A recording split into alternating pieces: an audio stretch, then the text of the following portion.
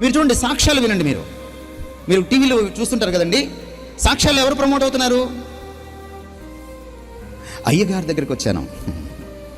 ఎవరికి సాక్షులుగా ఉండాలి? ఎవరికి సాక్షులుగా ఉండాలి? బూదిగంతాల వరకు. మీరు బూదిగంతాల వరకు సాక్షులుగా ఉండమంటే ఫస్ట్ తప్పు ఏంటంటే చర్చిలో సాక్ష్యం చెప్తున్నావు. చర్చిలోగా సాక్ష్యం చెప్పాల్సిందే, బజార్లో అన్యుల మధ్య నీ సాక్ష్యం ఎవరికి కావాల్సి ఆశ ఉండదు. ప్రతిరోజు ఆయన వెంబడించాలన్న ఆశ ఉండదు. ఆ సంబంధం లేని వాడికి సంబంధం ఉన్నవాడికి తేడా ఇది.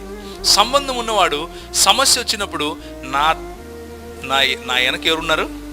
దేవుడు ఉన్నాడు అంటాడు. సంబంధం లేనివాడు ఏం చేస్తాడు అంటే ముడుచుకుని పరిగెత్తుకుంటూ పోయి మధ్యవర్తి కోసం ఎత్తుక్కుంటాడు. ఆ పాస్టరు, ఈ పాస్టరు, ఆయన నూనె పూసేట ఆయన, ఈయన తన్నెట ఆయన, అందరి దగ్గరికి పరిగెత్తాడు. ఎందుకంటే నమ్మకము దేవుని మీద కాదు, మధ్యవర్తి మీద ఉంది.